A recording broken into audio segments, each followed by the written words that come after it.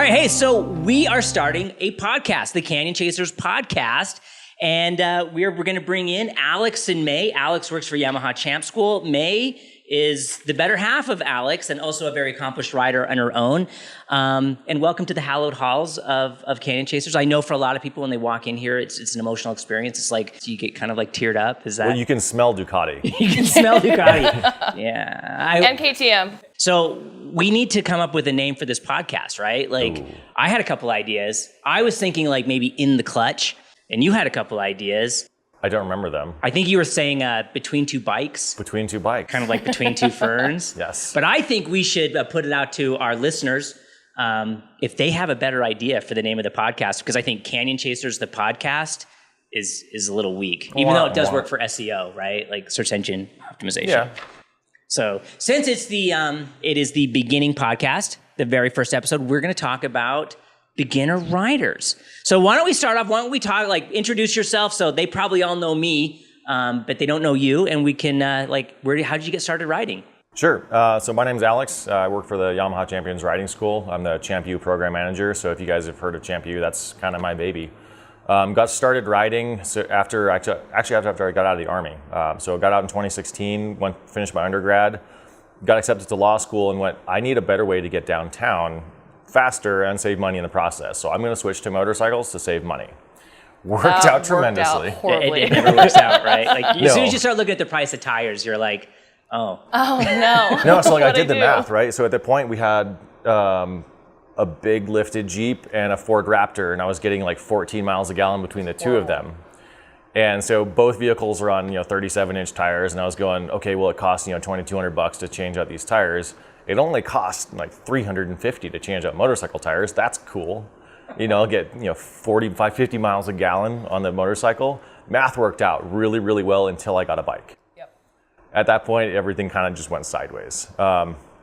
Actually, that's how my riding career really started, was by going sideways. About a week and a half after. Yeah, this is a great story. Like, I actually retell your story without ever identifying you all creepy. The time.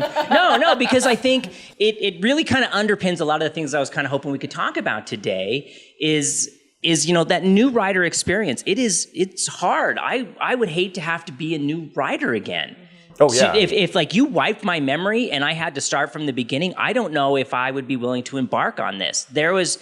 There's a lot of challenges the new rider has to face, and your story is like kind of a pinnacle example of one of those. Right. And so, to kind of backstop the story a little bit, we were looking at some statistics internally over the last couple of weeks. We're preparing to do a presentation for the State Motorcycle Safety Association. And we're finding that, in 2019, the SMSA itself said that, something along the lines of 80% of riders that get licensed through a basic rider course never return or they leave the sport within 3 years. They leave the sport. 80%. 80% of riders that get licensed never leave the come sport. back. Yep. And between 1% and 5% of riders that graduate a basic riding course ever come back for follow-on training. So with those statistics in mind, with my story, so I graduated top of the world. The instructors were like, hey, you're never going to have a problem. You're a great rider already, which they knew from me riding around the parking lot for 2 days at 18 miles an hour. So I go with some friends up the canyon, really tight, twisty road, super fun road, beautiful road. And log truck comes into my lane, one corner, I get a little spooked. One of the very next corner, tight decreasing radius corner, big deal as a new rider, right? Oh yeah. Especially when you're taught accelerate to stabilize the suspension and add more lean angle to correct the problem when you're going wide. So I'm running wide, I do exactly what I'm taught. I add throttle to stabilize my suspension, and I add lean angle to try to make the corner. I keep running wider, so I keep adding more throttle, thinking this is going to help. I get to the edge of the roads, hit the gravel, end over end. Bike goes end over end.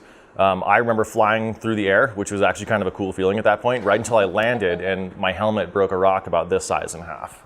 Incredible, yeah. Yeah, I spent about the next 6 hours going, do I really want to be in this sport? Like, I just wrecked a brand new bike to me, just wrecked a helmet that I paid for. I've been in the sport less than a week. I should probably just quit now. Thankfully, I didn't quit. The couple I was riding with, they said, hey, you got to go to Champ School. I said, what the heck is Champ School? They kind of explained it to me. I went, okay, that's interesting. definitely need more education because what I was trained to do did not pay off in that situation. It's funny, your story is so similar to mine, only happened at a dramatically different point in our riding career. Because I started to ride in the late 80s. There was no rider education. I was born in the late 80s. Yeah, it was that's how, So I was inspired by Top Gun, right? I was going to ride my Ninja next to airplanes. That was going to be my life goal. And we were in Laguna Seca. We went to Laguna Seca for MotoGP, and we went out for a little day ride, and we were on this little road in a downhill decreasing radius corner, right? And I went into it a little too quick, and I was like, well, we'll just lean more and stay on the gas, downhill decreasing radius, and I come around the corner, there's a Honda Civic coming up the other way, and I almost center punch, it's a miracle. Yeah. I survived that. And I remember walking out that evening going I think I'm done. This isn't fun for me. I'm not progressing. It's a horrible experience. And then a champ school instructor who was a friend of mine is so Dave, let me talk to you about this thing called trail braking. No, we never touch the front brake in a corner, right? But May, how did you, where's your beginning? We haven't given you much of an opportunity to speak. That's okay, you guys like to talk. Totally fine. So I gotta say before May talks, I'm gonna cut her off one more time. The reason why we're doing this is you were on speakerphone in the pickup truck and we were just chatting while you guys were driving someplace, and May pipes up and goes, I feel like I'm listening to a really interesting motorcycle podcast. Yeah. And I was like, well, let's do that. So anyway, so we got to give credit to May. It was her idea. But how did you get into riding? Him. So I, like a lot of other people, had a really low opinion of motorcycles. My aunt was in a car accident or a motorcycle accident when she was young, shattered her hip, completely changed her life. I swore up and down, never be on the back of a bike, ever. Whether I'm riding or passenger, never. Never, ever, ever. So when he started riding, I was like, okay, fine, that's your thing, you go do it, that's your time. I don't want to be a part of it, just come home. And he literally pushed me to do it. He's like, you know what? I think you're going to love this. Just do it. Just try it, do the new rider course, see how you feel. I think you'll really enjoy it. And so I did for him, and you liked it? It hooked me. You liked it? Yeah, the freedom. I can't explain what it feels like being on a motorcycle. You're so free. And it's interesting too, you're former military, I'm former military, and the connection between veterans getting onto motorcycles is significant. A huge percentage of veterans get on motorcycles for that kind of, I'm doing something, I'm not just sitting here, I'm moving through the world, but there's this catharsis. Yeah. Well, you can't think of anything else. Yeah. So when you're riding, you have to be so focused on what you're doing, and you can't think. So all the experiences you had in the past, everything that bothers you, it's gone in those moments. Because you have to be in the moment. You have to be in the moment, or you're not going to do this sport for very long. Exactly. Yeah. And I know she noticed a difference in my personality, once I started riding, right? So, I spent about 10 years in the Army, a couple deployments to Afghanistan, infantrymen, sniper sections, that whole gamut. Lots of armed hiking. And I came back with some scars, visible and invisible. And motorcycling to me, started off as, hey, let's save some money. Ended up being, wow, this requires 100% of my focus. All those voices, all those demons are suddenly quiet. This is amazing. I'm going to keep doing this. And I know you noticed a difference pretty early on. And that's one of the things that I really want to get across to other veterans. Is one of the reasons I'm still in the sport and still trying to progress in the sport is the better you get at the sport, the more focus you put into it, kind of the easier life becomes.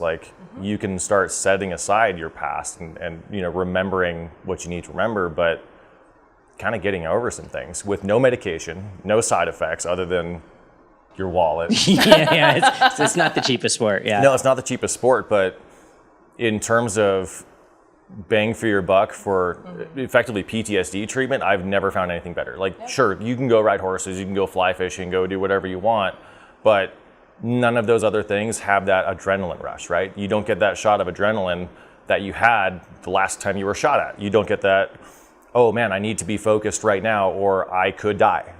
Because very realistically, that is possible on a motorcycle.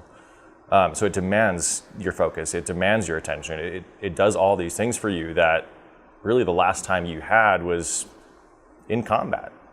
So, and that's kind of a funny thing too, right? So choppers, and cafe racers are both a result of veterans. Post-World War II, veterans would come home from the military, right? They would pick up the old military WLA Harleys and chop all the crap off of them and just go for rides. That's where the chopper came from. Whereas in Europe, right, where the roads are smaller and tighter and twistier, they would do the same thing, only they would race from cafe to cafe or try to go out and back before a song ended on the jukebox, cafe racer. Nice. So a lot of modern motorcycles really do kind of come from, and military is steeped in tradition just as badly as motorcycles are. And I'm not a fan of tradition. I'm really, but did you ever do the personality test in the Army? They did one for me, and it was, the end result, like you get all these, like you like this or you like that or whatever, and it was not impressed with tradition was one of the things they said about me. The only personality test I remember in the Army was like, how much can you suffer? Oh yeah, there was a lot of that. Yeah, it is like the pain cave. How deep are you willing to go into the pain cave, right? Yeah, but no, it's interesting, right? It's like the military, and tradition and stuff, and we run into problems of tradition in the military. Like for whatever reason, my unit decided to do a white glove inspection in the rain in Kandahar. Oh, right on. Yeah. I remember getting smoked for having muddy boots in Bosnia. Yeah. And so we see that, the one phrase that got me in trouble often was, excuses, tradition is just an excuse to do the same thing over and over and over again, right? Officers didn't like that. Neither did senior NCOs for that matter. And turns out neither do motorcyclists. No, it's a huge problem we face as motorcyclists. I've been thinking about that a lot lately, that, we get caught up in, well, this is the way it's been, this is the way we were doing it in the 70s, or this is the way I've been doing it for 40 years. Right. And tradition doesn't necessarily, when tradition no longer serves a purpose, then why do we hang on to it? Right. If it's a German beer that's been brewed the same way since the 1400s, absolutely, that's a tradition you should keep. Right, whiskey. I'm a whiskey man, right? Yep. So, like back in the day, right? Have the kid in the front seat with the airbag. Yeah. Well, we figured out that was not a good tradition. See, you're younger than I am. I remember laying in the back window of the sedan watching the stars as Dad drove. Like, not even in a seat, laying in the shelf in the back window. For your generation, that was kind of the tradition, right? It's great. 'Cause everybody did that. Yeah. And then science went, hey, that's probably not a good idea. And we kind of advanced beyond that. Well, and there was a lot of pain. There was a lot of pain in that. Pain. And, like motorcycles sees that too, right? Like there's new concepts that we're introducing all the time that aren't necessarily new, but they go counter to a lot of tradition, which kind of brings me to like one of the things I was wanting to talk about today is some of the challenges new riders face. And I think tradition and, these guys say this and these guys say that. How does a new rider navigate that?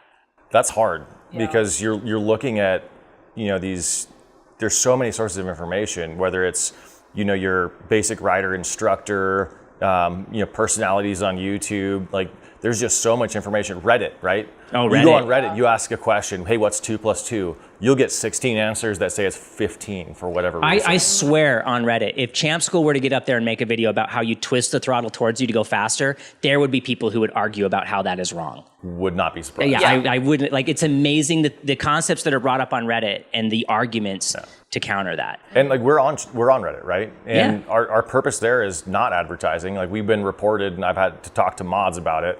Like, no, we're not there to advertise. We're literally just trying to help you guys be safer. And one of the problems we run into, especially on places like Reddit, is you'll get a lot of, armchair physicists. A lot of that. A lot of center of gravity. There's a big obsession with center of gravity. Yeah, and one of the, so two things. One, always vet your sources. So if dude's online using handle track day doctor, right? Is he using his name or is he using a handle? If he's using his name, there's a decent chance that he cares enough about his own self-respect and self-esteem that he's not going to be giving out trash information. Yeah, because he's putting his own name, his own reputation on the line, as opposed to the track day doctor or, whatever. Whoever I was trying to think of the one from the Thor movie, Noob Master 77, Yeah, so like vet your sources, right? What's the guy's background? What is, if he's giving physics advice, is he a physicist? What's his degree in? When did he get his degree? Where did he get his degree from? If he's got a degree in underwater basket weaving, why is he handing out physics advice? And the other thing is look for the term best practices. So best practices is kind of the antithesis of tradition, right? Best practices is, hey, what are the best in the world doing at this thing? So whether it's motorcycling, whether it's underwater basket weaving, shooting, whatever else, what are the best in the world doing? And are those results they're using measurable? Because that's how we figure out what they are doing. That's how you figure out who the best in the world are. So like coming from a shooting background, competition really drives excellence. So our best practices come from the competition shooting world. Like even as a sniper, we would send guys out to competitions. We would have internal competitions. I competed at the International Sniper Competition in 2015. Where snipers from around the world would get together. We would literally turn it into a laboratory of what is best practices, what is working best. Because we had 30 different teams from around the world doing the exact same thing. Who did it best? What were they doing differently? That's how you figure out what are best practices, because the results are measurable. So in motorcycling, the only place we have measurable results is racing. Mm-hmm. And you might think, oh, well, that's racing, they're different. Those tracks are different, they're perfect, and their tires are perfect and all this.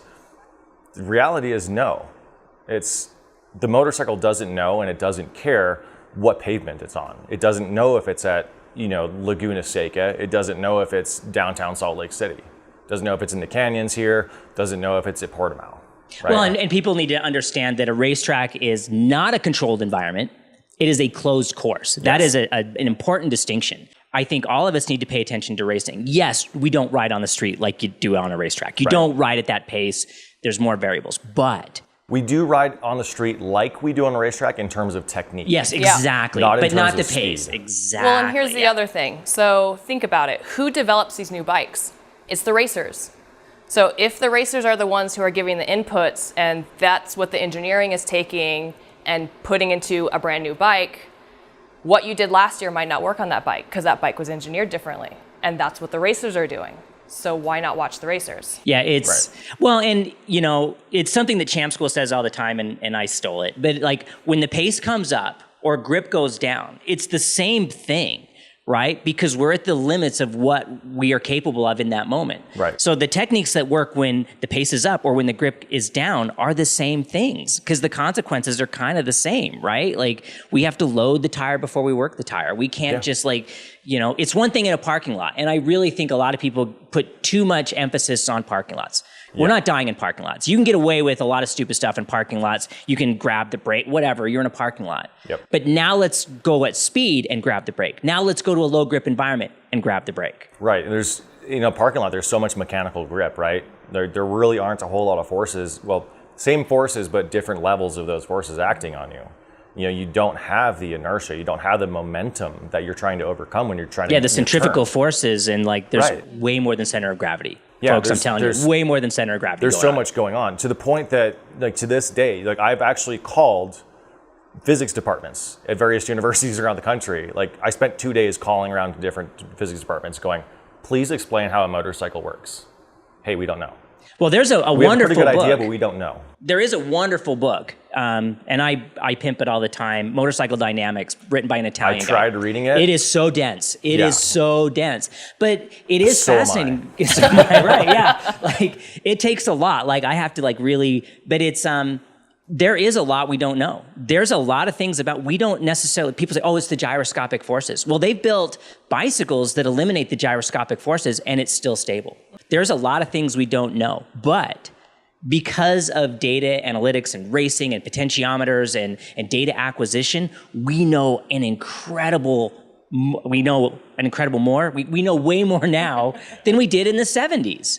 And even not just how the physics work on the back end, because realistically, Marc Marquez, Fabio, none of those guys go down the front straight going, well, if force equals mass times acceleration, I need to be, this what's my mu on the tire versus right, exactly. Nobody does that. Right. They go to the brakes when they're nervous, and they stay with the brakes till they're happy with their speed and direction, right? That's what they care about. What is the front end telling me? So really, they care more about their technique and the feedback from what the bike is giving them. And if their technique isn't right on the bike, they're never going to get that feedback. Right. They're never going to be pushing those lap times, much less the consistency. Over the course of a MotoGP race, what do they lose, 30 pounds worth of fuel? Not to mention the tires get shagged over the course of the race. The whole dynamic of the bike changes, right? But they're still running within tenths of their original lap. Yeah, they have to be adaptable. And and because it is measured, we can see by looking at the riders who are fast and don't crash, we can see what works. And then we kind of almost go at it backwards. There was an interview with Randy Momola, and he was talking about Fabio Quartararo, who is arguably on probably the worst bike on the paddock. We're getting a little off topic here, but this is fascinating. A little bit. But like, he's talking about Fabio Quartararo, who's arguably on probably one of the worst bikes on the MotoGP grid this year. Yet he's the points leader, and he's unbelievably consistent. And Momola was saying that we're looking at his data, and he's doing things that we've never seen anybody do before. Right. We don't know why we're trying to figure out what he's doing and how that's affecting the motorcycle and why that's making him so competitive on a non-competitive motorcycle. Right. Racing is our laboratory. Racing is the scientific evidence that a lot of people on Reddit say, well, where's your scientific proof? Well, we kind of have it. We don't have big, massive studies funded by universities to do this. We have racing. Right. And that's where we figure out. And the beautiful thing about, racing is it's the same techniques to a different degree of application. And that's where best practices are formed, right? So if racing is the peak of our sport, if racing is we're going to push this bike, these tires to the 101% of what they're capable of, to find out where that limit is, that technique will work all the way down at 1%. Yeah, and you can work that, you have to work backwards, right? You have to work from the top down. You can't take something that only works in this very specific scenario at 10 miles an hour in a parking lot and go, cool, I'm gonna make it work at this pace, or I'm gonna make it work in these conditions over here. That is such a profound point right there. It's like perfect day, perfect tires. Slow speed. Tons of grip. We can do a lot. We can get away with a lot. But why would we practice things that only work in the perfect when nothing else in the world is perfect? So when we're on that canyon ride, all we've been doing is practicing that perfect day, right? When we go on that canyon ride, suddenly there's a snowstorm. What are you gonna do? Your tires are shagged. What are you gonna do? Car spun out. What are you gonna do? Gravel in your lane. Still. Some of those techniques that you may have been practicing will not work in those scenarios. Right. So why not start with best practices? Whatever degree of application you want. Pace regardless. Just use the technique, because they'll work at any pace in any condition. Yeah, I get tired of back to the topic we're trying to talk about. The advice that's always doled out that's we'll just go slower. We'll just go slower. You use the right word there. Advice. There's a huge difference between advice and instruction. Yes. And if you're looking for advice on how to ride a motorcycle, you're using the wrong word. Yeah. Look for instruction, because instruction requires research, requires curriculum, requires instructors, requires expertise, all these other things. I can give advice till I'm blue in the mouth. I can say, hey, look, you should peel an onion this way. I have no idea what I'm talking about, but that's the way I peel an onion. Right. Well, and as, someone who's been teaching, you teach, right? How many times, does new information come out and you're like, oh, I need to adjust what I have been saying based on this new information, right? Yeah, so I was talking to Nick Einach, our CEO, a couple months ago. We were talking about, one of the reasons I really actually went to Champ School after I was told about it was because Champ School is willing to be wrong, but will correct it as quickly as possible. So Nick wrote the pace back in the day, and then he went, okay, people took this a little weird. I'm gonna write the pace 2.0 and say, look, I was wrong. This is how it's supposed to work. And that to me was an amazing thing. Okay, cool, dude's willing to recognize that he was wrong, fix it, and put out best practices, right? Huge to me as a person. Mm-hmm. And we were talking about, how the school adjusts its curriculum as time goes on. I'll literally sit there. I've sat there at Indy Motorsports Ranch and watch the guys watching MotoGP, and they'll pause and go, I wonder why he's doing that. Let's look at that. So one of the stories Nick was telling me was, back in the day when Rossi started dangling his leg, everyone went, what the hell's he doing? So they literally took 2 days at, I forget what track it was, but they went out and tried it in every single corner, both sides of the bike. And they found okay, cool, it works in a couple places, don't really like it in these other places, but we think we know why he's doing it now. And of course, nobody ever tells you why they do something because they want that competitive edge. But they went out and tried it and added it to the curriculum. Now everybody just about does it. Yeah, well, and we understand where it works, right? It works like over the top of a hill to move the center of gravity. Yep. Yeah, want to weight down lower and further back into the inside. So right, it's a good air brake and I think that's a good. There's one thing, if we're like talking about identifying quality sources, right? It's one thing when you correct or you're like, I now have information. Right. There's another thing, and I believe strongly in this. You can identify a bad source if they are constantly contradicting themselves, right? Yep. Today they say do this, 2 days later they say do something totally different. Right now they're saying, slow until you can see the exit, and then they do a video or may write an article or they do whatever a couple weeks later where they say get on the gas as soon as you possibly can. And we see this a lot, particularly in your arena, right? YouTube. Honestly, the fault isn't completely with the content creators, right? The fault is largely with YouTube just because of the way YouTube monetizes things. Oh, it's terrible because I can talk about that. They've changed their algorithm where all they're looking for is what they call the click-through rate. And the click-through rate is when they show you a thumbnail, if you click on it, you get credit for that. And the higher your click-through rate is, the more YouTube is promoting you right now. They're not promoting based on quality of content. So the way you get high click-through rate is you have everybody looks like they're sneezing in the thumbnail. Yeah. Right. Or you create content that is somewhat salacious. It's content that is purposely never do this. Always do that. Yeah. Or it contradicts something like, they're purposely being contradictory, and to get those clicks, to get those views, which makes the channel grow, which makes you money. Clickbait. It's clickbait. And it's unfortunate that that's how it works. And I'm always trying to skirt the line, how much can I get away with that, But I'm unwilling. I feel like I have a responsibility to not put out contradictory information for the sake of growing the channel. Right. I feel like people's safety is on the line, and I try really hard, not just to look how great I am, but but I take it seriously. Yeah. I think there's a responsibility. And it's part of why I love working with you guys, because not only, you guys are doing all this stuff too, but you have access by your association with a certain manufacturer. You guys get access to some top level engineers and racers. And, I believe you guys work with Bosch, who develops the traction control systems. That's access that, Bob's YouTube channel barn extravaganza doesn't have. And so talking about Bob, right? So where do we find these best practices? We find them again at what the best riders, what the best teams, what the best engineers are doing. These bikes, like May was saying, are not designed by Bob. They're designed by those guys that are winning the races, winning championships, and not falling down. Because that's how you win a championship, is you go fast, you go consistently, and you don't fall down. And you don't crash, right? Yeah, that's a big part of it. Everyone's well, you can do that on the racetrack, because crashing is no, you don't win championships in the gravel trap. Right. Yep. So look at your sources, right? If your sources are using Bob as their example, there's a red flag right there. Mm-hmm. If your sources are going, hey, I talked to Sylvain Guntoli. Hey, I talked to Fabio. Hey, I talked to, Josh Hayes, whoever else, right, that has that pedigree. Okay, I might listen now. What's this guy saying?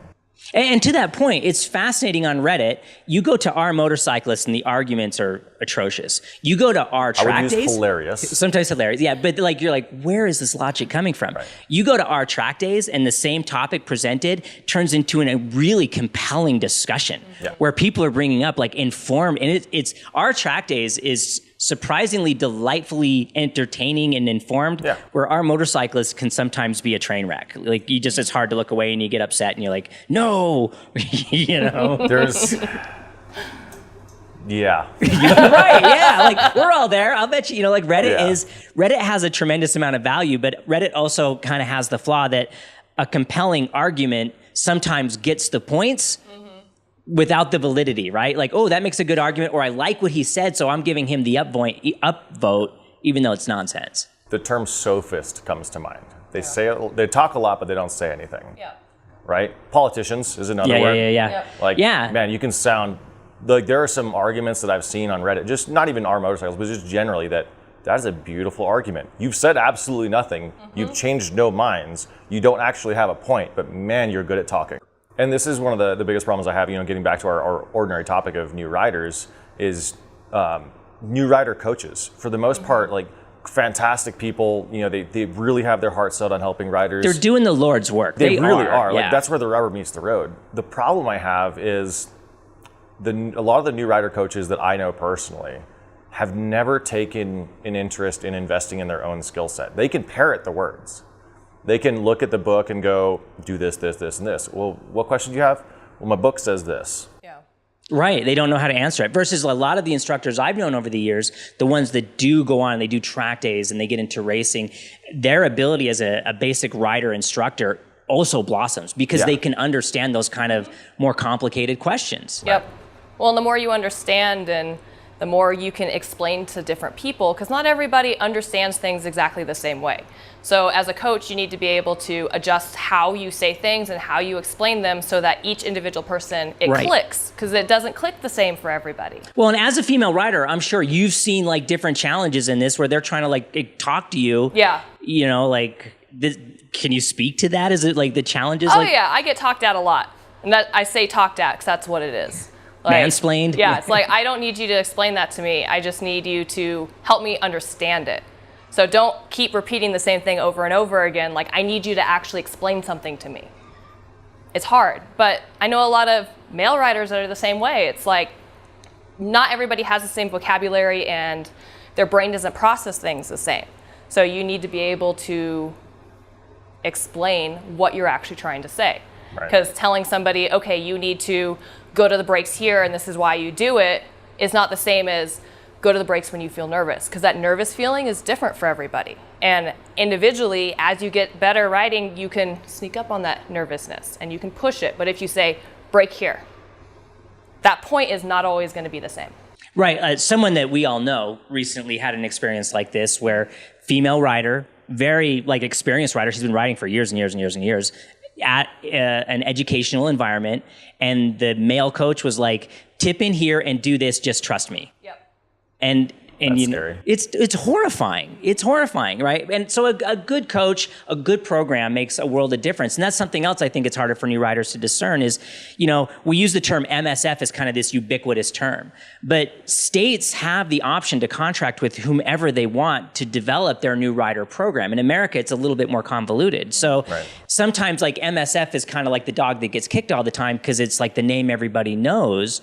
But not all programs are created equal. Even within like a single state, there might be multiple providers using the same source, but they end up with very different results. You know, like this program is taught only by police officers. They have a very different attitude than this program that is all taught by enthusiasts. We're actually working with a program, WMST, out of Washington. We're kind of partnering with them a little bit, seeing how they do approach their new rider programs. And they have a really interesting system. It's a dual licensing program, or a two-class licensing program. So you go to the first class, it's basically, you know, the first 2 days of your MSF or basic rider course, right? You don't get a license then. You have to come back 6 months later, or within 6 months, and take the advanced course, or the second half of that So class. they basically get like a learner's permit? They are allowed to ride during the daytime, or? I'm honestly not sure exactly what they do in those 6 months, but you have to come back and finish the second half of the course. And so they teach brand new riders braking past tip-in. They teach brand new riders how to go to the brakes in a corner. So they're directly talking to the two places that riders are dying the most, in corners and at intersections. Right. So in the process of looking through that SMSA stuff, I was looking at... And what is SMSA, just for like those who aren't the familiar? State Motorcycle Safety Association. So it's all... Each of those respective state programs, they all get together every year for a national summit to talk about motorcycle safety, statistics, all these other things. And so I was looking through the data that the Federal Highway Administration put together. It's called the Motorcycle Crash Causation Study. You can email them and get the information for yourself. Fantastic people over there. The study is super interesting. My figures aren't going to be 100% accurate, but off the top of my head, something like 80% of all motorcycle fatalities showed no evidence of brake use. Wow. Yeah. So maybe we should cover the brake. maybe we should cover the brake. Yeah. And then of the remaining 20%, about half of that showed evidence of locking the brakes. So there's an issue of, can I go to the brakes? And there's also an issue of, how do I use the brakes? Yep. If you panic, if you don't have the knowledge and the skills and to do it properly, That's Well, and if just you're- as dangerous. If you're not covering the brake, there's a higher probability, like that second Yeah. at 60 miles an hour is what, like 80 feet or something? I don't know. 88 feet, yeah. Yeah, right. And so like 88 feet is a world. Yeah. If there's like a semi tipped over in front And of you. even Yeah. half a second, right? If that reaction time is half a second that you're saving by covering the brake, it's 44 feet. Yep, Can you miss a bus in 44 feet? absolutely. Yeah, it makes a difference. And if we're late to a control, we're generally abrupt with it, right? And it's not necessarily how much brake pressure we're using, but it's how fast we're riding that brake. Like we say, load the tire before we work the tire.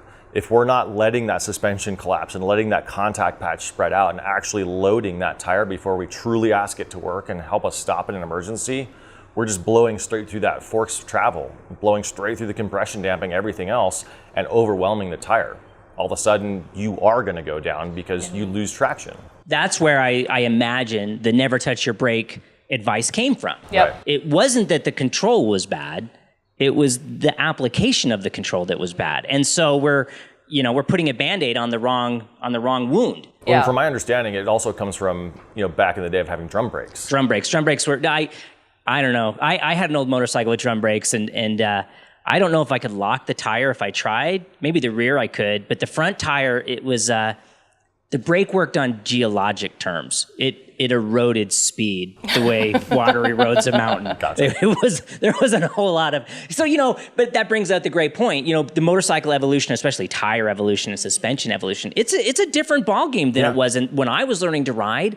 It's better now. But we're still using 1970s technique for modern technology. Right. And by modern, I mean, do you have disc brakes? Right. Yeah. Do you have radial tires? You know? Are the tires black and round?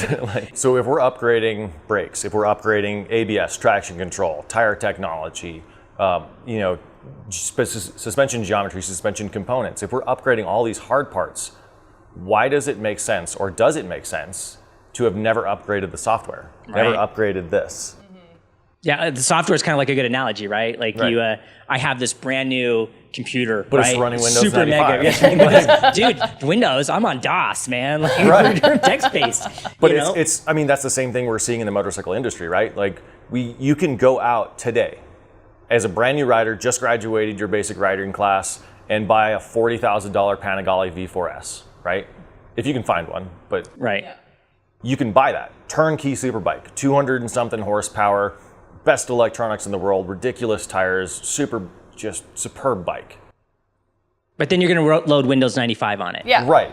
But you're jumping on it with effectively Windows 95 or MS-DOS. Yeah, and so And like not for only you guys that are too young to know what MS-DOS is, like you had to type Google things it. in. Yeah. You had to Google it. Like the internet, you had to like type words in, and like you didn't get pictures. You just read words on the internet. Yeah, you had to C-prompt. log Let's do into it. other website, into other. Anyway, but it's not only you're missing out on the potential. Right? The potential of a modern motorcycle when ridden with modern techniques it's glorious. It is a spectacular experience. And that's one of the heartbreaking things about the way riders are taught, right? Is the answer for everything is just slow down earlier or slow down more. Yeah, or you should have been going slower. That's the worst. That's the worst one. Well, what do I do now? Like, do I just roll back my DeLorean to go back? I'm already running wide in a corner. I'll go ahead and rewind And like, time darn and it, I slow should down. have. Should have doesn't help me in the moment. You Right. know? And let's be honest, it's not fun to ride a motorcycle at 20 miles an hour everywhere. No, it's terrible. Like if you're going up a canyon ride, like the Loman Loop that we do, right? Yeah. I would argue that 80% of those corners are blind corners. You can't see around the corner. So how am I supposed to set my speed for a corner that I can't see around? And the answer is, well, just go slower. Where the hell's the fun in that? Yeah. Right. Well, it's not just that. The slower you go on a motorcycle, the less stable it is. So you're essentially telling students to slow down and make their motorcycle less rideable. You're also giving up. So if you're riding that slowly, where you're just basically neutral throttle everywhere, right? So you're around the corners, you're giving up on control of your contact patch, your suspension geometry, and really everything that makes the bike ride the way it's designed to. I'm going to say you're giving up on joy. Yeah. The joy Yeah. of that, it's simply not fun. And I can already hear the comments, oh, well, you're just riding too fast then. You're wanting to be a racer on the street. No. No, not at all. I'll be the first person to say, like, chill out, man. But, Yeah. like, you can still, you can have a good time without putting yourself or anybody else at risk. Right. and run kind of a reasonable, fun pace. So like when we're out riding, we trail brake for every corner we slow for, right? If I'm slowing down for a corner, I'm picking up a little bit of brakes, even if it's 1 or 2 points of brakes, right? 1 or 2%. Absolutely. Even if it's just enough, like, hey, my engine braking might be plenty to slow me down for this, but I'm still gonna, as a street rider, I'm still gonna pick up that brake because I want that brake light on at a minimum. Not only that, if my brake light is on, if I'm already there, right, already decelerating and controlling that deceleration, because let's face it, engine braking is not adjustable, it's not repeatable, and it's not controllable. You're not going to pull the clutch in mid-corner because you're removing a different element of control, right? You have no control over the rear at that point.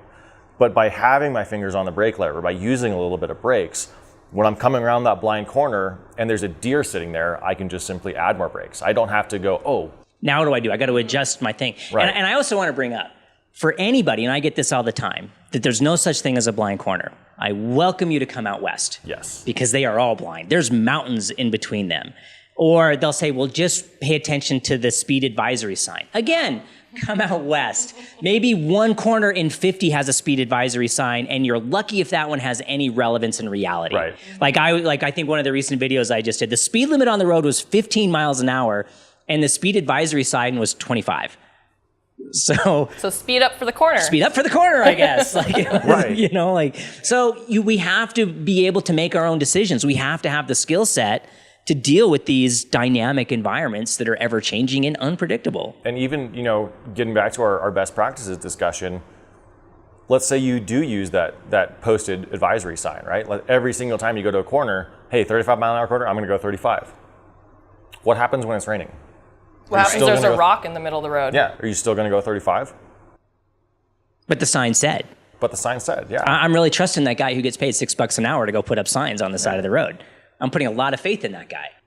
So at the end of the day, it goes back to, why would you practice something that will only work in the perfect? All right, so let's talk about common new rider mistakes that we've seen. Right. Abruptness. Abruptness is the big one. Upgrading their bike before they upgrade themselves. Yes. Oh my gosh. Like how many people out there, they go buy the new motorcycle, they buy a helmet maybe, right? Depends on if it's a law. Like here, it's not a law. Out west, come out west. Helmets aren't required. Nobody cares. But they go buy a slip-on, right? I mean, I like a slip-on as much as the next guy. I mean, I still run a stock exhaust on the MT-10 because Yamaha nailed it with that exhaust note. But then it doesn't, bang for the buck, right? It's $1,000 for now, like earplugs. Now I got to buy earplugs too. Yeah, it's $1,000 to tell everyone else how cool you are. Right, and to annoy your neighbors. Mm-hmm. Right, but to your point, it's so common, right? Like as soon as you buy a bike, I have to do this to it, I have to do that to it, I have to do this to it.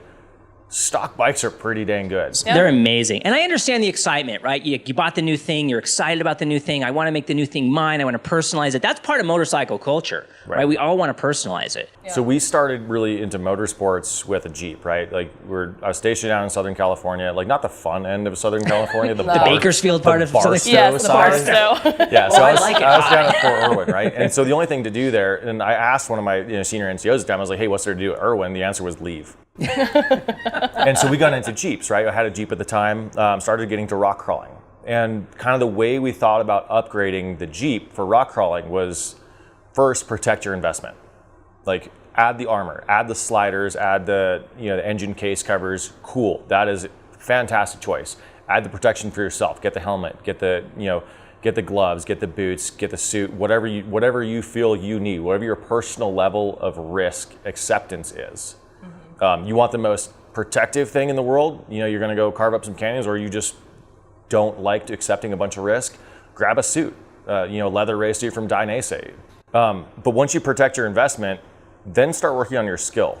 Because once you'll find that upgrading your skill, you'll get a better understanding of where the stock vehicle, whatever the vehicle is actually starting to limit you, and then replace that part. So like for riding for example, right? Level up your skill, you're getting to a point where, man, I'm starting to get some brake fade. Okay, let's think about changing out, pads, lines, and fluids. Okay, cool. Now I'm much happier with the brakes. I'm still increasing my skill. Man, my suspension is kind of holding me back. But you will never know that your suspension is holding you back until you get to that level of skill and that level of pace. that's the mistake a lot of people get into with upgrading motorcycles is to think, well, the bike has a problem. Yeah, but can the bike problem be fixed with my skills? It's way cheaper. If I learn a new skill, right, and I get better at that thing, I take that with me everywhere I go for the rest of my riding career. Sure. Yeah. I put a slip-on on, or I put a fork, or whatever. That's good for that motorcycle. And then when that motorcycle's gone, that upgrade is gone. Yep. Right.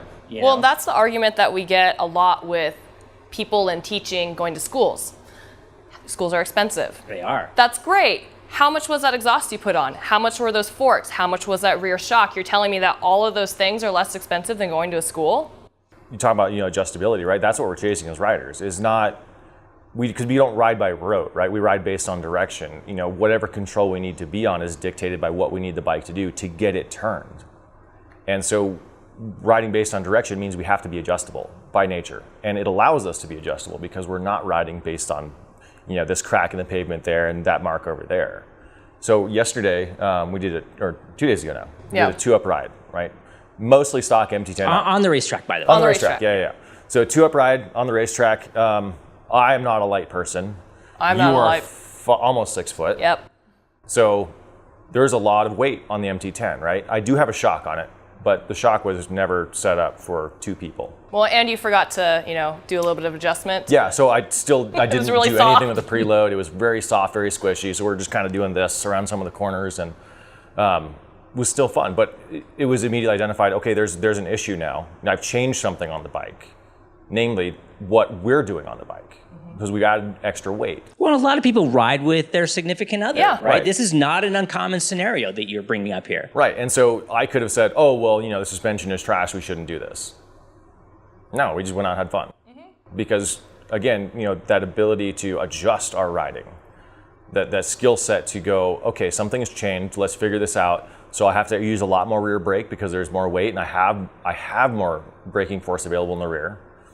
And using the rear brake to slow that rebound, right? So there's so much weight on the rear now because of the 2 of us sitting back there that the shock was just doing this behind me.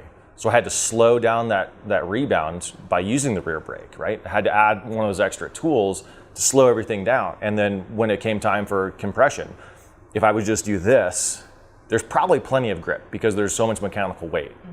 But you have to be super slow sneaking on that first 5% with a passenger on the back, because otherwise you'll just blow through that shock travel. So it really becomes kind of a game of what problem can you throw at me? Let's ride around it. Yep. Well, and I'm going to quote Nick Einach on this one because I think it's something he said that just really resonated with me. And it's like, we shouldn't ride with hope, hoping we slowed down enough, hoping I don't have to lean anymore, hoping the turn doesn't get tighter, but become technical riders, and like you were talking about the rear brake, advice out there all the time is like, well, I never use my rear brake, or I only use my rear brake, or whatever. No, these things are tools that do things. Right. And when we become technical riders, we begin to understand what these controls do in these different situations, and I can apply the tool when I need it. There's a Japanese proverb that if I only own a hammer, every problem looks like a nail. Yep. And so like by having a bigger toolbox, it really just comes back to, and I know we get really wrapped up in the techniques and the stuff like that, but it really comes back to is it makes it more fun. It does. It makes the sport more fun. If you're the rider that's throwing money at your bike, you're literally just turning everything into a nail. Like, you have a hammer now. That's all you have is your wallet. Yeah. So what are you going to do with that? If everything looks like a monetary problem, you're just going to keep throwing money at it. But once you realize, no, it's a me problem. Like, once you take your ego and put it in check and go, nah, man, you might be the top 5% of riders, but man, there's a lot of people faster than you and better than you. But once you understand that, once you can be honest with yourself and go, I need to improve, then things stop looking more like a money problem and start looking more like hey, let's find some technique here. Let's really work on this and put some effort into it. Yep. Well, and the thing that I found with Champ School and Champ U is it takes the drama out of riding because it gives you the tools to know what to do. So like, say you're coming in hot to a corner, whether you're on the track, whether you're on the road, whatever. That sense of panic that you get can overrule everything. And then all of a sudden you don't know what to do. You freeze up, you go off the road, you go off the track, It's not you're down. fun. Yeah. If you know oh, what I need to do is I need to not look at the outside of the track, not look at the outside of the road, and I need to put my eyes back to the apex and find where I need to go. Guess what? You don't feel like you're coming in hot again. Yeah, the instead of gone. like the road, right? Yeah. Like, oh, well, you should have gone slower. Okay, no. We're past that now. Here's what I can do in these situations. Exactly. And that's, again, what's great, on going through that. Just start thinking, hey, radius equals miles an hour, Yeah. right? Like, okay, cool, I gotta go to the brakes. Well, and that kind of leads into something else that I was kind of wanting to talk about. You get a lot of sources out there that talk about like finding your style. Like I'm going to find my riding style is I like to counterweight. Well, Fabio has his style. All these Right, MotoGP riders have their exactly. style. Yeah, we hear about style a lot, and I think, I want to hear what you have to say about this too. Is that style comes into play once you have like the fundamental basics nailed. Right. Then we can start thinking about style. And honestly, I think style is I like red more than I like blue. Yeah. That's the style I kind of. I like my suit to be bright colored. There we go. I like to look like a radioactive bumblebee. Exactly. Yeah, that's cool. And honestly, like, that's what style should be perceived as, is that little bit of, extra flair that somebody does. But, people get so wrapped around the axle on like 5% of what's important in motorcycle riding. Yeah. And really, it's like the very last 5%. When you're chasing 10th at the world stage, that's when that style can come into play. But you look at the guys in MotoGP, World Superbike, Moto America, the guys that are running out front, they're all doing the same things, different degrees of application, maybe, slightly different just because their bodies are different, their bikes are different, but they're still going to the brakes when they're nervous. They're still staying with their brakes until they're happy with their speed and direction. They're using neutral throttle. They're using these controls. They're loading the tire before they work the tire. They're all using them the same. All the things that matter, they're doing the same. Yeah. I love those super slow motion shots that they'll do, because they have the MotoGP has the money, right? Where they have like the whole pack going through a chicane, right? Yeah. And it's like the one bike tips in and the other bike comes out, and you watch all 30 riders or 20 riders in the paddock. They all look fundamentally exactly the same. And they're all on different machines. They're all in different machines. They're all physically different. Small, tall. Yeah. And so at that point you go, well, why the hell am I caring about what kind of flair he does? Why am I caring about, this guy's foot is at a 34-degree angle on the foot peg versus a 42-degree angle? Why do we care about that if we're not trail braking yet? Yep. Right. Yeah. Yeah. And it's the you're getting lost. You're getting wrapped around the axle for this 5% when you don't have the 95% down yet. Mm-hmm. Let's focus on that 95% of the sport that really matters. That's going to keep you from running wide, keep you from dying in a corner. When we moved to Salt Lake City, it was a job with the Forest Service for the Olympics, the 2002 Olympic Games. That's how we ended up in this area. And so I had the tremendous opportunity as I was hanging out with, gold medal athletes. And of course, being kind of like a motorcycle track guy, I really got kind of geeked out about the bobsled guys. Like I could kind of talk to them in their language. We kind of spoke. And I remember speaking to the guy who won the gold medal. And I was like, hey, so like what was your trick to win the gold medal? This massive, pool of people that do this. And he goes, honestly, every run, all I try to do is get the basics right. Yeah. All I'm trying to do is just get the basics. If I can get the basics right, I'll have a good run. Yeah, the Marine Corps uses the term, and so do we in the sniper community, brilliance in the basics. Like, at a face value, and this is going to probably piss off a lot of people on YouTube, there is no secret sauce in the sport. There isn't. There isn't some piece of information that's going to go, boom, you are now the best motorcycle rider in the world because you found this secret locked up compartmentalized nobody's holding information. anything back from you. Like, No. and Sylvan Guintoli's YouTube channel is awesome. I love his channel fantastic. because this dude's one of the best riders in the world, and he's like, let me tell you, I'm share and them I'm going to do it in internally. French, and Yeah. I'm going to do it in English. Yeah. Like the dude's awesome, and there is no secret sauce. And that's the beautiful thing about best practices, right? We can mimic those same things, those same techniques that Fabio and Mark and all those guys are using, just at a different degree of application, right? Where they're hanging off the bike, dragging shoulders around a corner, we can still use the technique of hanging off the bike and reducing the lean angle At 45 miles an hour, by just moving our head. Yeah.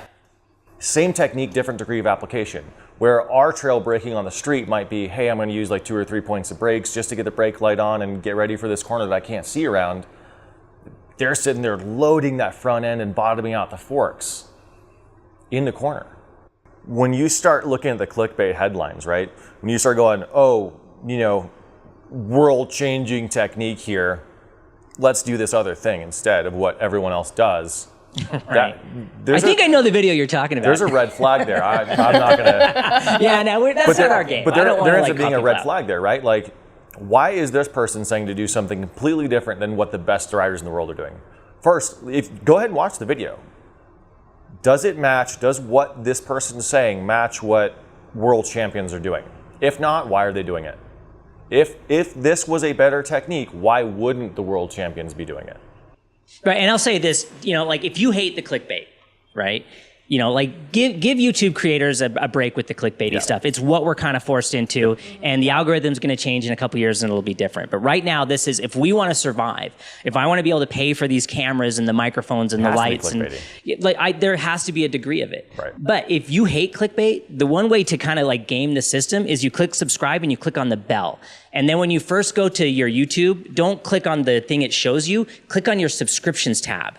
And that breaks the algorithm, because then you're collating what you want to see, not YouTube. And it allows us as creators to still be able to kind of get the reach that we're trying to get to survive without having to like stoop to the clickbait. And this should be like a whole separate, podcast subtopic, right? Is like as a motorcyclist, how do you use YouTube? Yeah. Where can you use YouTube? Well, it's like Google. There's an art to using Google. You can't just go into Google and type something in and it finds exactly what you're looking for. Yeah, you don't type in the answer to the question you want. Like, is the Earth flat? Google will give you plenty of sources that the Earth is flat. Yeah. Right? Yeah. Well, that and like the upvotes, right? Like, this is not a democratic sport in the sense that the majority rules. Right. And the dangerous thing is, we see a lot of comments of, oh, well, this YouTube personality says to do it, therefore I will.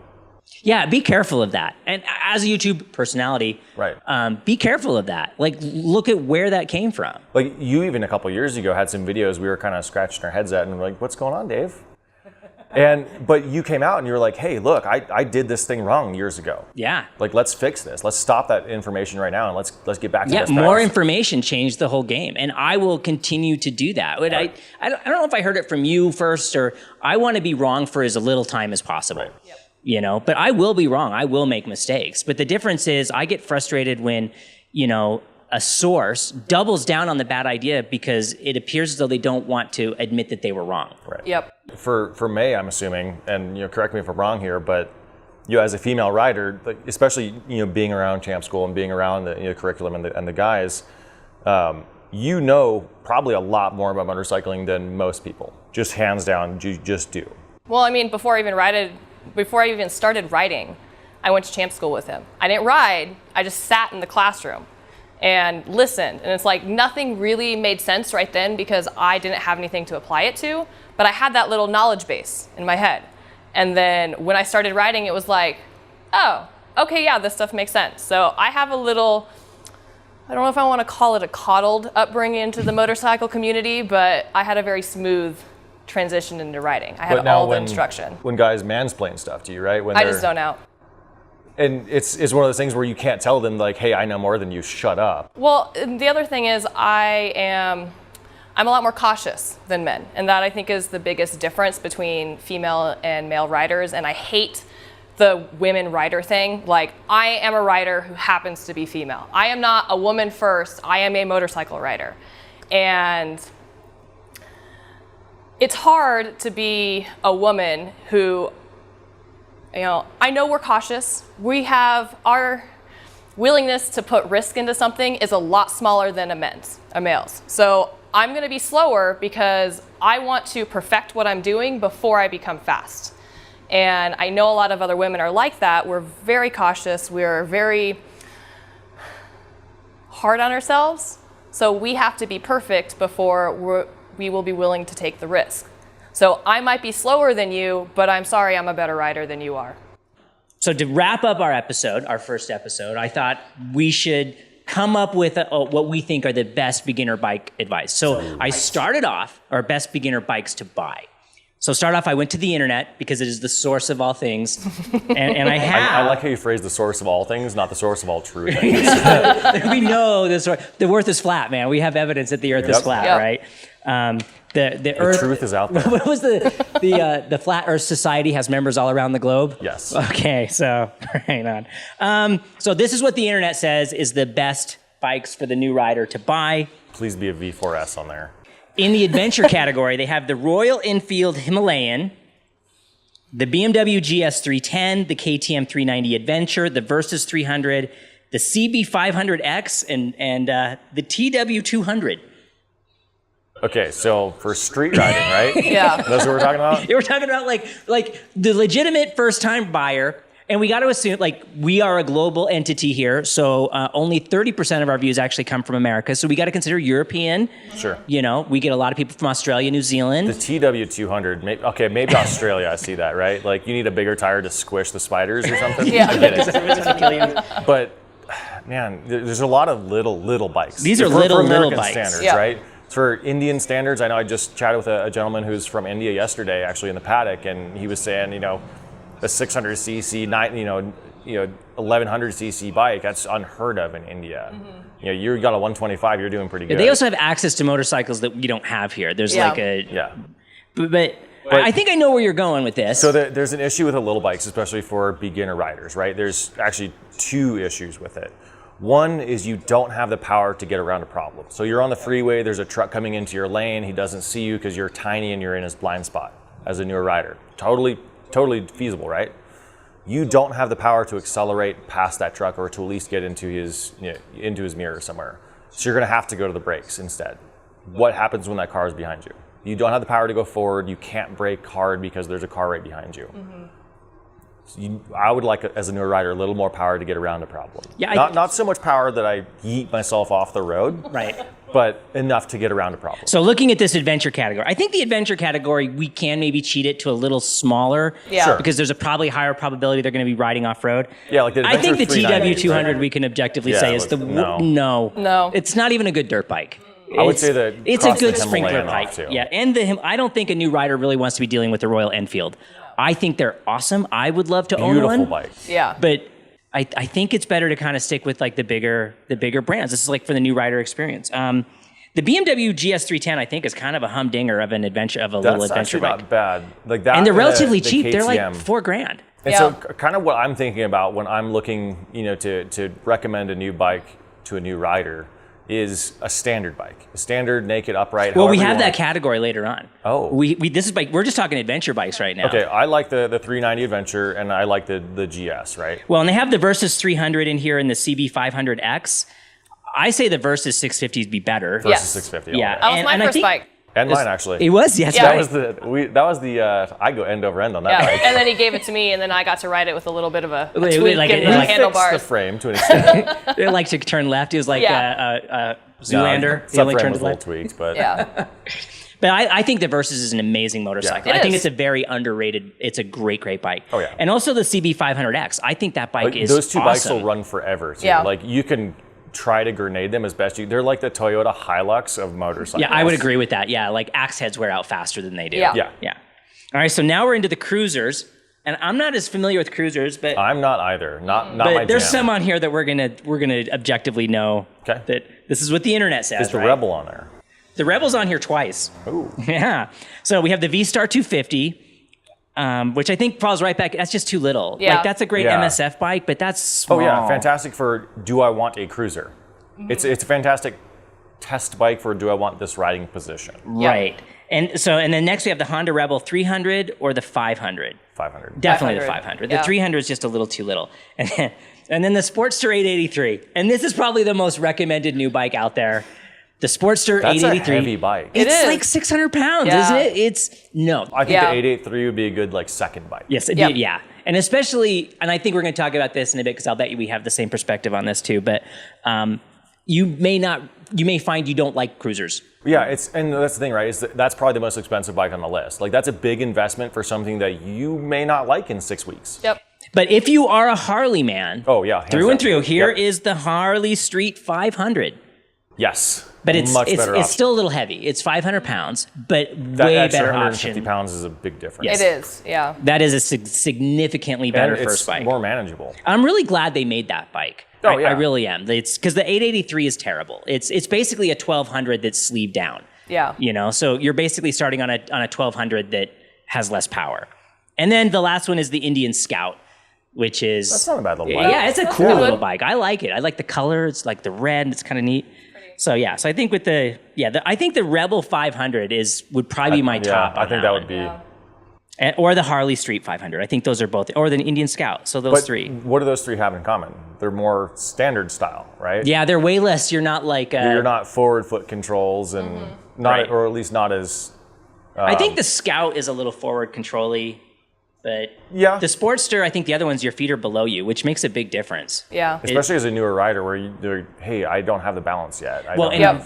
we use our feet. We actually Oh, use yeah. our feet to ride the motorcycle. So when you have forward controls, you're kind of taking away a control. Yep. Well, and the other thing is when you're stopping, a lot of new riders don't have that brilliant brake control yet. And if you're a little too hard on the brake and you get that heavy bike offset, it's going to fall over. Yeah, because once it kind of hits that like tipping point, Yeah, especially you when you're can't dealing with stop like it. a 600-pound Sportster, it's going. Yeah. It's going over, you know. All right, so now we get to bikes that are a little bit more near and dear to my heart. Naked bikes.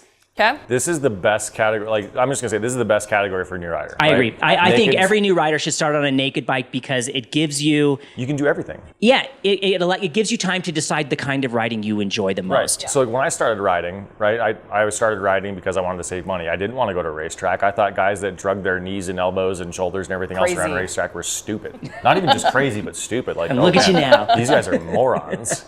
And yeah, now I'm that guy. Yeah. Right? So I don't know what that says about me, but you know. Adapt. But I had no idea that I wanted to do that. I had no idea I wanted to jump on an R6 and rally around a racetrack. I thought I was going to be more of a cafe racer or a bobber style guy. And you jump on a standard bike and you can kind of get a feel for everything. You can do a little bit of adventure stuff if you have decent tires. You can do canyon carving. You can do let's commute around town. You can do the longer trips without. You can do track days with them. Yeah. You see people doing track days on them. The first bike on the list is the Duke 390. That is. I know that's near and dear to your heart. Yeah, I Yeah. do. Well, we have an RC. We have the RC. But Yeah. no, like the Duke 390, we see them at track days all the time. My favorite bike on a track so far is naked upright. Yeah. I still rally around the MT10. I'm faster on the MT10 than I am on my R6, which is not supposed to be the thing, and that's something I'm working on. Yeah, I but- think years ago, Motorcyclist Magazine did a thing where they tested super bikes against naked bikes, like the same equivalent back to back, and almost everyone was turning quicker lap times on the naked bikes. it's so Yep. much more comfortable. Yeah, and you can see You can better. ride all day Yeah. and not Yeah, get you don't get fatigued. tired. It's nice. And they're giggle bikes. They are. Yeah, and they wheelie better. But I mean, now this is to say, I would not recommend an MT10 as a starter bike. No. But there is you have the, I can't read it. MT03. The MT03 and the Vitpillin 401, which the Vitpillin kind of falls into the retro thing. Yeah. I think that thing's super cool. If you're a rider that is in a dense urban area, right? You're downtown LA, you're downtown New York, something like that. MT03, not a bad idea. Yeah. Because it's super narrow, upright, you can see over traffic, you're not going They to get tired, look good. super nimble, Yep. pretty They look bike. really good. If you're out west, if you're MT07. MT07, all Yeah, day. Yeah. definitely. Yeah, just the bigger roads, the bigger, faster roads. And I imagine like our New Zealand or in Australia riders, like the big open places. Yep. An MT03 would be And screaming everywhere. Honestly, I think, Yeah. as far as new riders go, the MT07 is probably the perfect new rider bike because you have enough power to get around a problem without so much power that you're going to hurt yourself. And it looks good. It looks good. It sounds good. It's that cross-plane motor. Like it's just such a beautiful. Yeah, it's a bike. humdinger of a bike. We have a friend who runs the Yamaha demo days, rides around with the fleet trucks all summer, and she's like, "Oh, that MT07 is my favorite Could motorcycle." you imagine if they released an SP version? I mean, wouldn't that be great? That'd be fantastic. But on here, we also got to give credit to the Honda CB300 or the CB500. 500. The 500, Yeah, yeah. I think that's the same thing we're talking about. On the list, the Grom. Interesting. I think I put that in the TW200 category. That's in the. I want a pocket bike later in life because they look silly. Yes. I see people who start with Groms and they develop the worst habits. yeah. Because you can get away with everything. You get away with everything, yeah. There's no power, so you're not really going to hurt yourself. There's no brakes, so you're also not going to hurt yourself. Like, there's no inertia because there's no mass. Like, you can get away with. It's basically like riding in a parking lot everywhere. Yeah, so like for inexperienced riders, and why so many of our experienced rider friends buy them, is because of that. Right. Yep. You can just be an idiot on it, and you're just like giggling and laughing the whole Right. time because you're going 7 miles an hour. And it's like riding mini bikes, right? Phenomenal training tools, but it's also as close as we can get to like a foam ball pit for motorcycles. Yes. yeah, that's great. Yeah, I love that. Yeah. So, and then Kawasaki, they have the Z400 and the Z650. Z's are great bikes. I really like them too. I think 400, I think Kawasaki did a good job with that 400. It's a little peppier than. It's got some more torque. Yeah. It's a little more usable, but I would still think for most people, I think the 600 is a little bit better bike. The MT-03 is on here, and then the SV650. I think everybody has to race an SV650 for some time in their riding career. I avoided And I did not. Yeah, I mean, it's a phenomenal bike. It's been around for 20 years unchanged for a reason. It's really hard to go wrong with that bike. See, I would actually kind of steer people away from the SV650 because I think compared to the competition, it's dated. It doesn't it doesn't have some of the creature comforts and the functionality of some of the more modern brethren in that bike. So I think if on this on that list, if I had to choose and, some of the other choices weren't available, I would choose that over, a 300cc. Yes. Well, all day. Oh, yeah. Yeah, I think the Z650 would probably be my first choice on this list. MT-07 all day. Yep. Or the MT-07. Yeah, I think between those two, they're really cool bikes. Throw some heated grips on there, ride around all year. Yeah. Well, and this is really cool. This is a new category that I didn't think they were actually logging for, but they're retro bikes. And I think retro bikes are awesome because they're naked bikes that look a little, if you're I like my Red Wings and my unwashed denim jeans, the retro bikes are like the XSRs. Yeah, like the XSR. And actually, I think the Vitpillen belongs on that. I think that Vitpillen is so cool. Or the Svartpillen, same difference. Really fantastic. So they have the CB3, the CB350, it looks like it just rolled out of the 70s. Yep. The TU250, they use these for basic rider courses. It's a little too small, I think. I think so. Ducati Scrambler. Those are actually, so we had a student yesterday on a Ducati Scrambler. I was kind of impressed by that bike. I think it might be a little on the big side. We're getting into the higher horsepower range, aren't we? Not really. It looked like a very manageable bike. Yeah. I haven't ridden one, so take that with a grain of salt. But from what I was seeing from a newer rider, pretty manageable.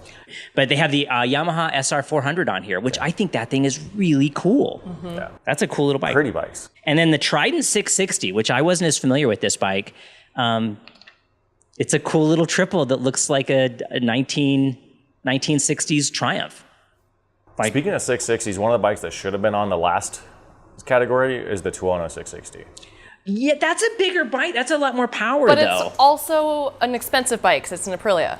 I think it's arguably one of the prettiest bikes you can buy right now. It's also got really good electronics, especially for a newer rider. And it's under 400 pounds, which blows me away. That 660 is... It's got a peppy engine, but it's peppy in the same kind of sense that the R7 and MT-07 Can you power mode it down a little bit? Because I think it's close to, isn't it 100 horsepower on that? The dash on that thing, you can do up and down on engine braking, your TC up and down, ABS up and down, the engine mapping up, everything. So it's also about double the price of most of these. Yes. True. And because it's an Aprilia, it can only be worked on by certain people. You have to be careful with that, so it's not that accessible. So not the most friendly beginner bike. But in terms of... If you have the money... Buy once, cry once. It's pretty. I love how they look. Those 660s, I think, are so good looking. That bike will be one of those bikes that, you buy it once, it can do everything, and you'll never outgrow it. I think Zach just did the Daily Rider on a 660, I think, recently, with different colored wheels. It looked good. It looked good. All right, and then the last class is the sport class. No. I don't think anybody should start off on a sport bike. I really don't. They're uncomfortable. They're too focused. Yep. The closest I would say... You drop them, you're going to break something. Yep. And new riders are likely to drop them. Oh, everybody has the side tank dent from dropping it in a parking lot. And breaking the bodywork or the levers. Levers. Yeah. Tough as a new rider to learn on a sport bike because... Yep. I mean, they're uncomfortable. They're uncomfortable. You're kind of locked into one riding style. Yeah. If you decide you like touring, so I made this mistake. I started off, one of my first bikes was an FZR 600. And I wanted to tour. You're effectively locking yourself into, I'm going to do this thing, even if I don't like it. Yeah. But I think as we wrap up our list of our best beginner bikes, I think something that if you just love the look of a certain style, go with that. If your heart is set on a sport bike, I would rather you be on a naked bike But if your heart is set on a sport bike, get a sport bike. There are some Yep. sport bikes that are actually fairly comfortable. Right, like the Honda CB500, CB500R, CBR 500, CBR 500. Yeah. CBR 500. And then you've got like the R7. The So R7. Yamaha did an amazing Yes. job with the ergonomics on that. Like you can ride that pretty much all day as if it were an upright bike. You still got all the styling of the R6 and the R1. Yep. Yeah, the new RC390 is more committed. The seating position is little aggressive. more aggressive than the older ones. The Aprilia RS660 is also another sport bike that's fairly comfortable. Very comfortable. Right. Yeah, it's a little more upright. But please, Ninja 400, I think, is a good one. That one's It a is. little. It is. It's not as aggressive. not as aggressive, but it, again, doesn't have really the power or the spunk to get you out of a situation. Yeah. And again, anything that's fully faired, as a new rider, you will drop it. You will. You'll cry about it. In a parking lot, it'll be getting gas, And notice we say drop it, not crash it. Right, big Yes. difference. There is a big difference. Yes, And we it's- are expected to drop our bikes, but you don't have to crash. That's something I think people need to get in their heads, no matter if they're on the street or on the track. You don't have to crash. I am so glad you said that because I think that's a great way to kind of like wrap up. We always hear the new rider advice. You got it. I got it. There are those who have And and those those who who will. will. Yep. And No. I think that's crap. Absolutely you not. do not have to crash. You don't have to crash. All right, guys. So thank you so much for tuning in. This is our first one. If you liked it, let us know. If you have an idea for a name, let us know. We hope to continue doing these like throughout the winter. So I'm really glad that Alex and May came up with this idea. I think this was really fun. It's her. It was May. It was May's idea. So. I mean, people like to talk motorcycles, so why not record it? I know. It was funny. Like you were just like on the speakerphone in your truck and made that little comment. And I was like, oh. Well, I think we did it enough times too, because like every race round, Yeah. after race round, As you're driving or Yeah. driving Yeah. back, you're like talking about it, like, what about this? And yeah, all right. Thanks everyone. And we'll see you next time or hear you next time. This is audio.